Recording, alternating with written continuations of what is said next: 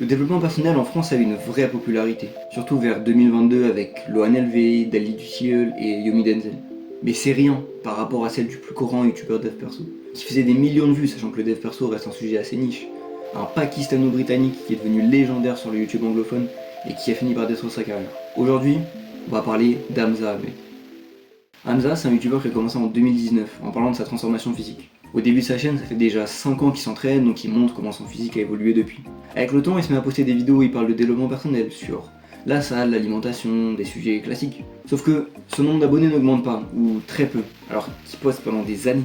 Et cette situation le force à faire l'un des choix les plus importants de sa vie. Quitter son travail et sa copine, retourner vivre chez ses parents, et se consacrer à 100% sur YouTube pour essayer de s'en sortir. C'est un pari très risqué pour lui, sachant qu'à ses débuts, il est encore addict à la weed et à la malbouffe, ce qui le rend ultra dépressif. Et après 3 ans de galère autour de 2022, sa chaîne explose littéralement. Des gens le remercient d'avoir changé leur vie. Et ce succès, il s'explique pas par le hasard. Déjà, il poste des vidéos tous les jours, sachant que c'est des vidéos de 10 minutes avec un vrai montage tout le long. Il parle de sa vie perso dans les vidéos, même quand c'est des moments qui l'humilient ou qui le rendent ridicule. Et c'est avec ça qu'il crée une vraie connexion avec son audience. C'est le mec qui a popularisé les Wojak, ces persos là, et le concept de la grosse merde contre le mal alpha. Jeffrey versus Adonis, la merguez contre le Hunter.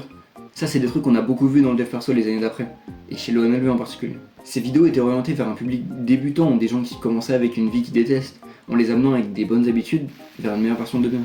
Évidemment qu'il était vu comme un génie et un maître du développement personnel. Et à ce moment-là, une phrase devient légendaire sur sa chaîne. Hamza a changé ma vie. Mais en 2023, tout bascule.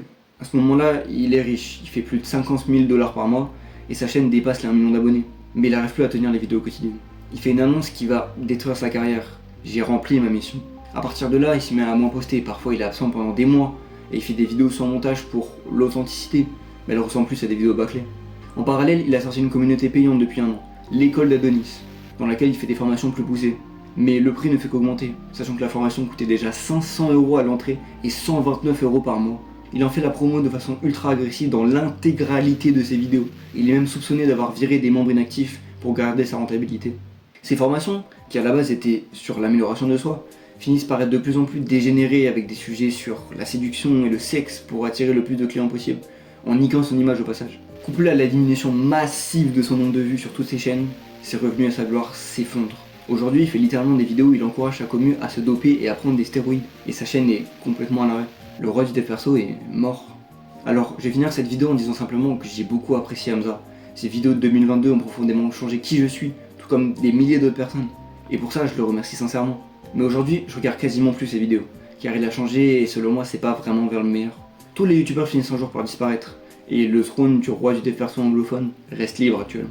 Peut-être aura-t-on un jour un youtubeur aussi motivant qu'Hamza, mais qui ne tombera pas dans la recherche de l'argent à tout prix. Sur ce, deviens le meilleur. Bisous.